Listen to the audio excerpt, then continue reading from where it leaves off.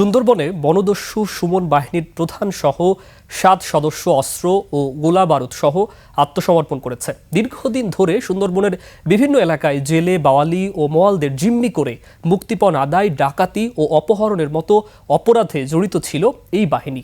Coast guard বলছে, সুন্দরবনকে দস্যুমুক্ত রাখতে তাদের অভিযান অব্যাহত রয়েছে।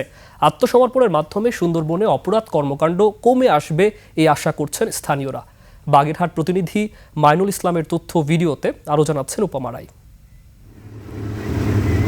ফের বনদস্যুদের অভয়ারণ্য হয়ে উঠেছে সুন্দরবন,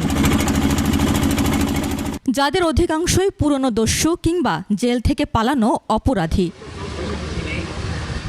তবে আইনশৃঙ্খলা বাহিনীর ধারাবাহিক অভিযানে কোণঠাসা হয়ে পড়েছে এসব বাহিনী। এরই ধারাবাহিকতায় আজ আত্মসমর্পণ করে ছোট সুমন বাহিনীর প্রধান সুমন হাওলাদার সহ তার সহযোগীরা। কোস্টগার্ডের কঠোর নজরদারি, গোয়েন্দা তৎপরতা এবং নিয়মিত অভিযানের ফলে দস্যুরা তাদের কার্যক্রম পরিচালনায় ব্যর্থ হচ্ছে।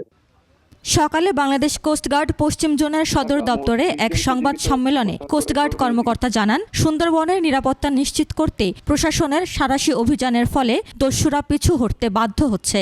আত্মসমর্পণকারীদের পুনর্বাসনের পাশাপাশি তাদের বিরুদ্ধে আইনানুগ প্রক্রিয়া চলছে। জব্দকৃত অস্ত্র, গোলা বারুদ ও আত্মসমর্পণকারী ডাকাতদের পুনর্বাসনের ব্যবস্থা সহ পরবর্তী আইনানুগ ব্যবস্থা গ্রহণের কার্যক্রম প্রক্রিয়াধীন রয়েছে। দস্যুতা ছেড়ে স্বাভাবিক জীবনে ফিরতে চান বলেও জানিয়েছে আত্মসমর্পণকারী সদস্যরা। এখন আত্মসমর্পণ করতেছি, আমরা দেশে ভালোভাবে চলতে চাই। আশ্বাস পাইছি তারা যাতে সুস্থভাবে থাকতে পারে, ভালোভাবে চলতে পারে। কোস্টগার্ড জানায়, 2টি পৃথক বিশেষ অভিযানে 26টি দেশি বিদেশি আগ্নেয়াস্ত্র, 10 রাউন্ড গুলি, 178 রাউন্ড কার্তুজ, ওয়াকি টকি সহ জব্দ করা হয়। একই সঙ্গে আটক করা হয় 21 বনদস্যুকে।